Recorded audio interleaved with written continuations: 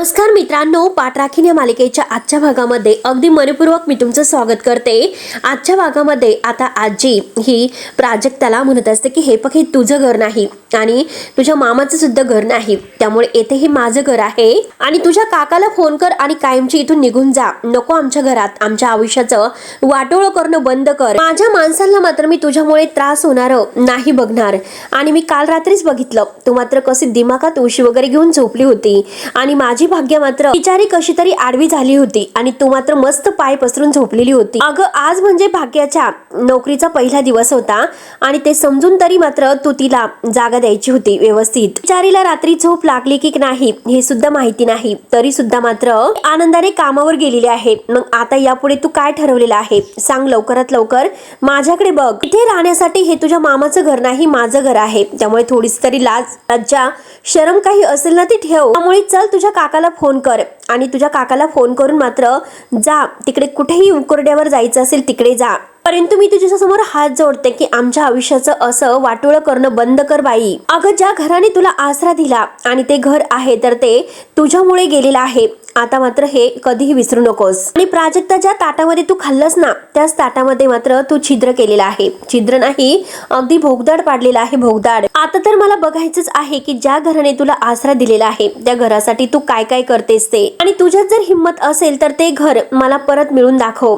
आणि जे काही आहे ना तर ते सगळं काही मात्र आता मला मिळून दाखव। त्यानंतर भाग्य मात्र आता इकडे तेथे त्या संस्थेमध्ये आज पहिला दिवस आहे तर ते काम करायला आलेली असते आणि काम करण्यासाठी मात्र आता ती जे काही आता ह्या आशालता आहे तर ते म्हणतात की भाग्यश्री, आज मात्र येथे तुझा पहिला दिवस आहे, तुझा पहिला दिवस आहे तर तू आज नक्की येथे काय काम करते, काय करायचं आहे सगळं काही समजून घे। आणि हे बघ, आता जो काही आपण येथे काम वगैरे करतो त्याचा मुख्य हेतू जो काही आहे की समाजातील जे काही गरजू व्यक्ती वगैरे आहे त्यांच्यासाठी आपण मदत करत आहोत, त्यासाठी हे काम करत आहोत। आणि त्यासाठी मात्र आणि तेवढ्यात मात्र आता लता येते आणि लता आशाताई यांना म्हणते की हे बघा आशाताई, तर आता मात्र आशाताई त्या लताची ओळख करून देते की ह्या मात्र आमच्या संस्थेतील म्हणजे येथील काम करणाऱ्या सेवक आहेत। त्यानंतर मात्र आता जे काही आता आशालता आहे तर तिच्याशी बोलत म्हणतात की ठीक आहे, मी नंतर सगळं काही बघून घेते। हे बघ, आता हिची जशी तुझी ओळख झालेली आहे तशी सगळ्यांची होईल। आणि तुला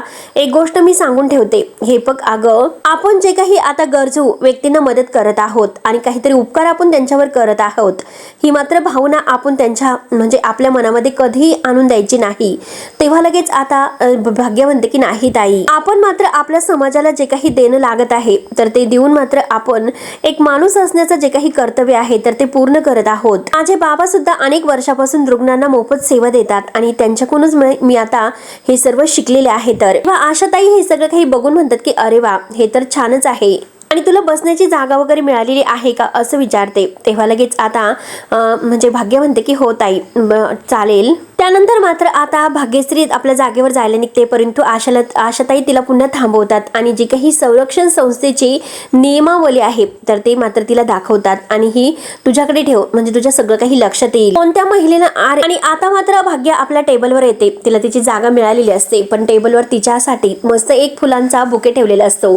तेव्हा तो बुके मात्र बघून ती खूप खुश होते आणि म्हणते की वाव, खरंच काय सुंदर आहे। आणि ती लगेच लताला म्हणते की लता, अगं या संस्थेमध्ये नवीन माणसाचं स्वागत करण्याची पद्धत मला फारच आवडली। तेव्हा लगेच आता लता म्हणते की अगं, ही फुलं तुला संस्थेने दिली असं तुला वाटतं का? तेव्हा भाग्य म्हणते की हो। तर लता म्हणते की अगं, हे बघ, आपली संस्था एक एनजीओ आहे, आपण असले खर्च नाही करत, इतक्या महागड्या फुलावर आता खर्च करण्यासाठी आपल्या संस्थेकडे म्हणजे इतके पैसे सुद्धा नाहीत, आपण आपला एक एक पैसा आहे फक्त संकटात असणाऱ्या महिलांसाठी वापरतो। तेव्हा आता भाग्य विचार करत आहे की मग मात्र ही फुलं कोणी दिलेली आहेत बरं?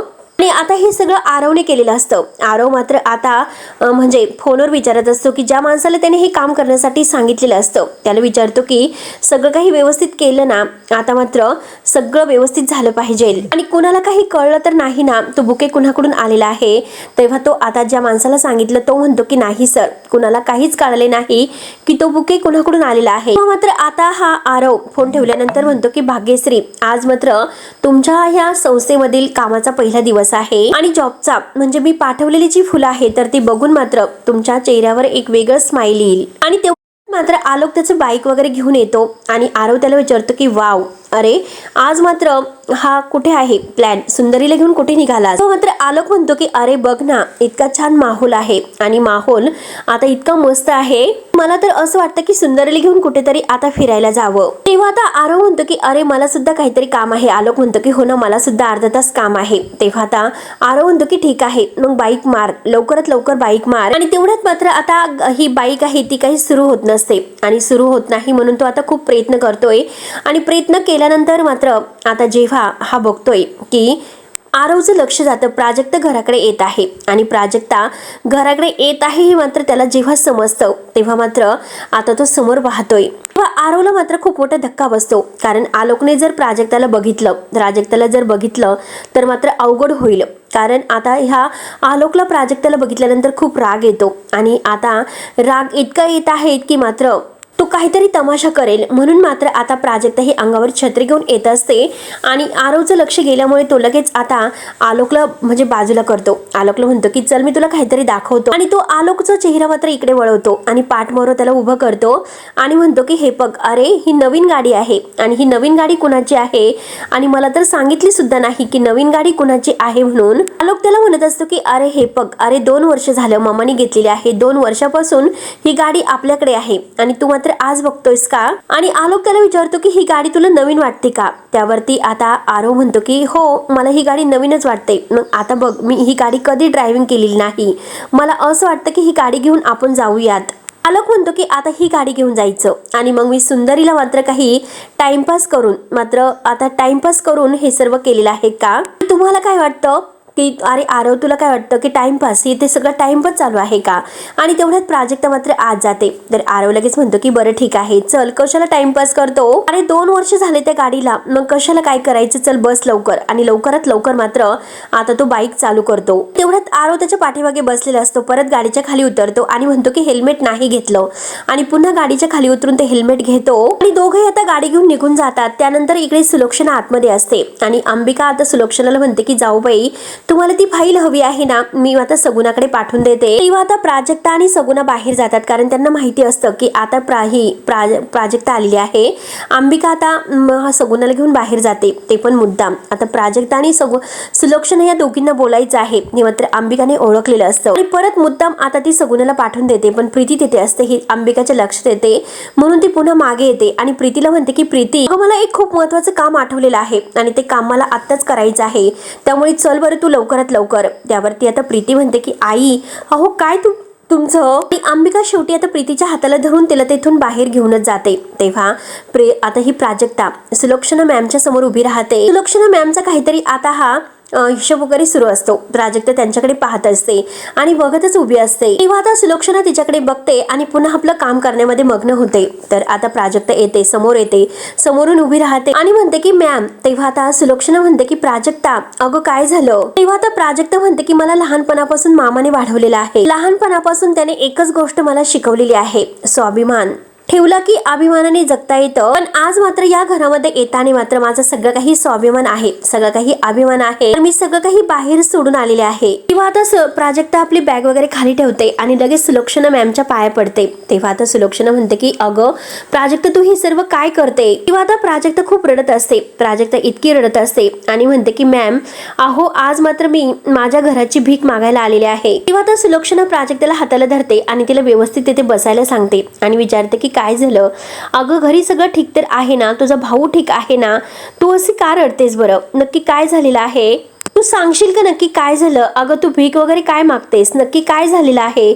सांग बरं, एक्झॅक्टली नक्की काय झालं? तेव्हा आता लगेच प्राजक्ता म्हणते की हे बघा मॅम, दादाला जेव्हा अटक झाली तेव्हा मात्र तुम्ही स्वतः मला होऊन मदत केलेली आहे, परंतु आज मात्र मी आलेले आहे तर अगदी माझं घर वाचवायला. आणि हे बघा मॅम, मात्र आता फक्त तुम्हीच मला ह्या परिस्थितीतून बाहेर काढू शकतात. मी तुमच्यासमोर हात जोडते, पण प्लीज मला मात्र बाहेर काढा. त्यावरती लगेच आता म्हणजे ही विचारते, सुलोचना विचारते की अगं पण प्राजक्ता काय झालं? नक्की तुला हात जोडायला काय झालेलं आहे बरं? हे बघ प्राजक्ता, तू हात वगैरे जोडू नकोस, तू अगोदर पाणी वगैरे पी बरं पाणी व्यवस्थित. म्हणून आता ही सुलोचना तिला शांत करत असते. प्राजक्ता पाणी पिते आणि आता मात्र सुलोचना तिला म्हणत असते की हे बघ प्राजक्ता, मी तुझ्या डोळ्यामध्ये पाणी नाही बघू शकत अगं मला सांगशील की नक्की काय झालेलं आहे ते. तेव्हा आता प्राजक्ता म्हणते की मॅम हे बघा, तुम्ही मला तुमच्या घरातील आता हक्काने एक मानतात म्हणून मात्र आज मी हक्काने येथे आलेले आहे. पण जर तुम्ही मला आपलं मानतात आणि त्या गोष्टीचा मी गैरफायदा घेत आहे असं जर तुम्हाला वाटत असेल तर मला स्पष्ट सांगा, मी आल्या पावली तशीच निघून जाईल. आणि हे बघा मॅम, मला आजपर्यंत मात्र मी तुम्हाला काही मागितलं नाही, परंतु तुम्ही मला खूप मदत केली आहे म्हणून आज मी तुम्हाला परत काहीतरी मागत आहे. तुमच्याकडून मला काहीतरी हवं आहे. तेव्हा लगेच आता ही सुलक्षणा विचारते की प्राजक्ता बोल, तुला काय हवं आहे. तर आता प्राजक्ता म्हणते की मॅम, एक घर हे घर असतं आणि घर म्हणजे फक्त राहण्याची जागा नसते हो. एक अशी वास्तू असते की जेथे आपल्या अस्तित्वाची, प्रेमाची आणि नात्याची अगदी ही वास्तू तयार होते आणि ती ओळखच आता संपल्यामध्ये जमा आहे. आमच्या घरावर संकट आलं आहे हो. आता हे असं म्हटल्यानंतर मात्र प्राजक्ताला जो काही घरात सगळा घडलेला प्रकार आहे तो सगळा प्रकार आठवतो. कारण आता त्या नराभाईने जोपर्यंत पैसे देणार नाही तोपर्यंत मात्र आता हे घर म्हणजे घर नाही राहणार असं मात्र सांगितलेलं आहे.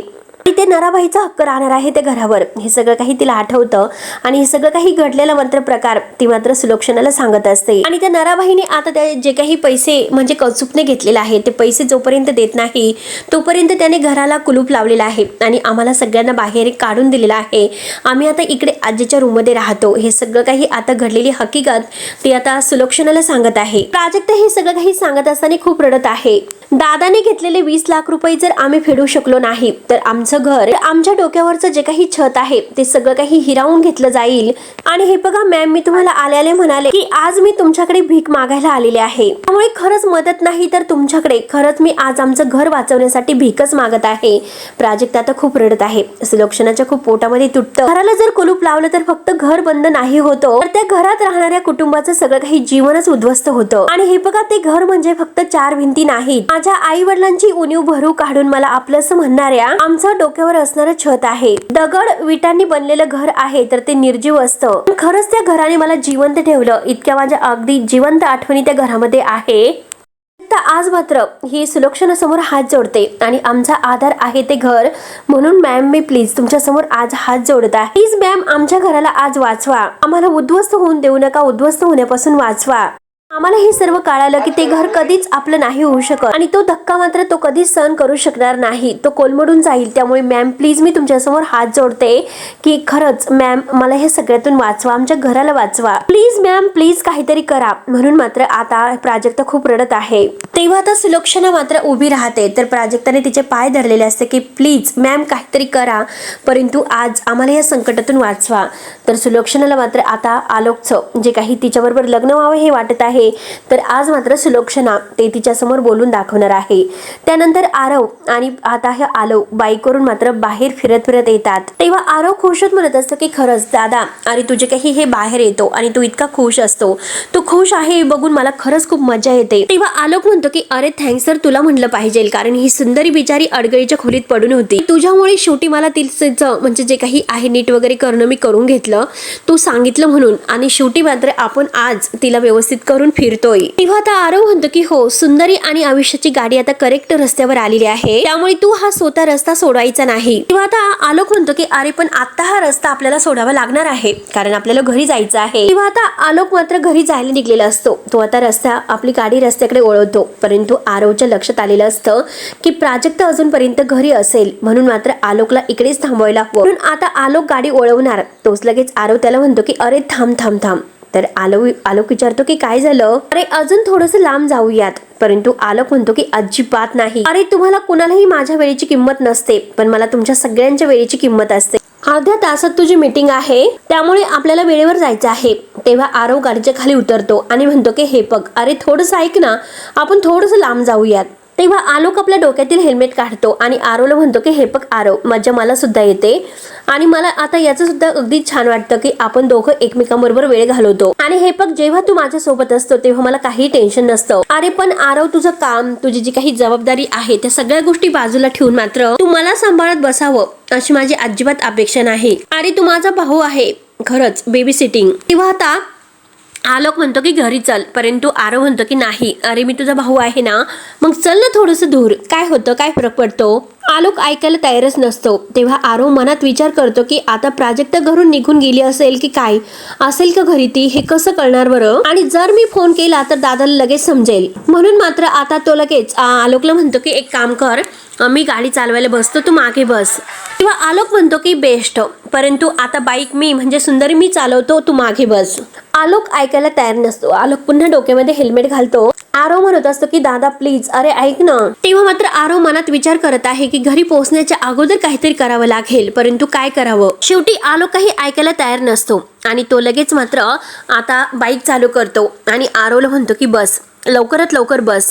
शेवटी आता आरवला गाडीवर बसावंच लागतं आणि दोघे आता घरी यायला निघतात. तेव्हा मात्र प्राजक्ता इकडे सुलोक्षणाच्या पायाशी अगदी पाय धरून बसलेली असते. तर सुलोक्षणा मॅडम विचारतात की घर वाचवण्यासाठी तुला किती पैशांची गरज आहे बरं. तेव्हा आता प्राजक्ता घाबरतच म्हणते की 20 लाख रुपये. तेव्हा सुलोक्षणा म्हणते की 20 लाख रुपये ना, मी दिले तुला, मी आत्ताच्या आता तुला 20 लाख रुपये देते. प्राजक्ता मी तुला सांगितलेलं आहे. आणि सुलोक्षणाने एकदा जर कोणाला शब्द दिला तर मात्र तो शेवटी दिलेला असतो. आणि हे बघ प्राजक्ता, पैसा काय आज गेला तर उद्या कमवता येईल, पण तुझ्यासारखी मुलगी मला शोधून सुद्धा नाही सापडायची. आणि मी जेव्हा तुला म्हणते की मी तुला माझ्या कुटुंबाचा एक भाग मानते, आणि तेव्हा मी ते म्हणायचं म्हणून नाही म्हणत. आणि हे बघ प्राजक्ता, पैशाला मोल असतं, परंतु माझ्यासाठी मात्र माझी माणसं अनमोल आहेत. तेव्हा आता प्राजक्ता रडतच हात जोडते आणि म्हणते की मॅम. तेव्हा आता सुलोक्षणा तिचे हात धरते आणि म्हणते की प्राजक्ता, अगं तू हात काय जोडतेस, अगं मी आहे ना, मी सगळं काही व्यवस्थित करेल, मी तुझं आणि तुझ्या कुटुंबाचं आयुष्य सावरेल, तू अजिबात काळजी करू नकोस, तुमचं आयुष्य मी बदलेल. तेव्हा आता प्राजक्ताला आनंद होतो. ती आता डोळ्यातून आनंद अश्रू काढत रडत आहे. तिला सुलोक्षणा मॅडमचा खरंच अभिमान वाटतो. ती लगेच आता रडतच सुलोक्षणा मॅमला घट्ट मिठी मारते आणि खूप रडत असते. तेव्हा आता सुलोक्षणा मॅम तिच्या पाठीवर हात फिरवतात आणि म्हणतात की हे बघ प्राजक्ता, मला रडणारी माणसं नाही आवडत. तेव्हा प्राजक्ता डोळ्यातील पाणी पुसते आणि थोडीशी स्माइल करते. तर सुलोक्षणा खुश होत म्हणते की बघ, हसताना किती गोड दिसतेस बरं. आता अजिबात काळजी करायची नाही, यापुढे मात्र मी तुझ्यावर रडण्याची वेळ नाही येऊन देणार. त्यापुढे तुझ्या चेहऱ्यावर मात्र फक्त आणि फक्त आनंदच असेल, ही माझी जबाबदारी असेल. आणि तेवढ्यात मात्र तृप्ती मात्र चोरून हे सर्व काही ऐकण्याचा प्रयत्न करत आहे. आणि तेवढ्यात आता ही सुलोक्षणा सगुणाला आवाज देते, चेकबुक घेऊन यायला सांगते. सगुणा घाईने चेकबुक आणून देते आणि लगेच 20 लाखाचा चेक मात्र प्राजक्ताला लिहून देते आणि त्यावर आपली सही सुद्धा करते. प्राजक्ता मात्र आता बघत असते तर आता ही प्रीती सगळं काही चोरून ऐकण्याचा प्रयत्न करत आहे की या दोघींचं नक्की काय सुरू आहे ते. त्यानंतर मात्र सुलोक्षणा आता प्राजक्ताला म्हणतात की मी तुझं आणि तुझ्या घरच्यांचं आयुष्य बदलायला तयार आहे, त्या बदल्यात म्हणजे मला काय मिळणार बरं. तेव्हा प्राजक्ता म्हणते की मॅम, तुम्ही एवढी मोठी मदत करत आहात, तुम्हाला नक्की काय हवं आहे ते सांगा, मी जे काही मला मागाल ते मी द्यायला तयार आहे. तेव्हा आता सुलोक्षणा मॅम आता आपला हात पुढे करते आणि म्हणते की मला वचन दे, जे काही मागेल ते तुम्हाला देशील. तेव्हा प्राजक्ता खुश होत मात्र सुलोक्षणा मॅमच्या हातावर हात ठेवते आणि तुम्ही जे काही मागताल मी तुम्हाला देईल असं म्हणते. तर सुलोक्षणा म्हणते की हे बघ, मी तुझं आणि तुझ्या घरच्यांचं नशीब बदलायला तयार आहे, मात्र तुला माझ्या आलोकचं नशीब बदलावं लागेल. तेव्हा आता प्राजक्ताला खूप मोठा धक्का बसतो. नक्की सुलोक्षणा मॅडम काय म्हणतात हे तिला कळत नसतं. तेव्हा सुलोक्षणा तिला पुढे म्हणते की हे बघ अगं प्राजक्ता, तू आजपर्यंत या घरामध्ये समीर आणि समीराची टीचर बनून येत होती, पण यापुढे मात्र तू या घरात सूर्यवंशीची सून म्हणून येशील. तेव्हा हे ऐकल्यानंतर प्राजक्ताला फार मोठा धक्का बसतो.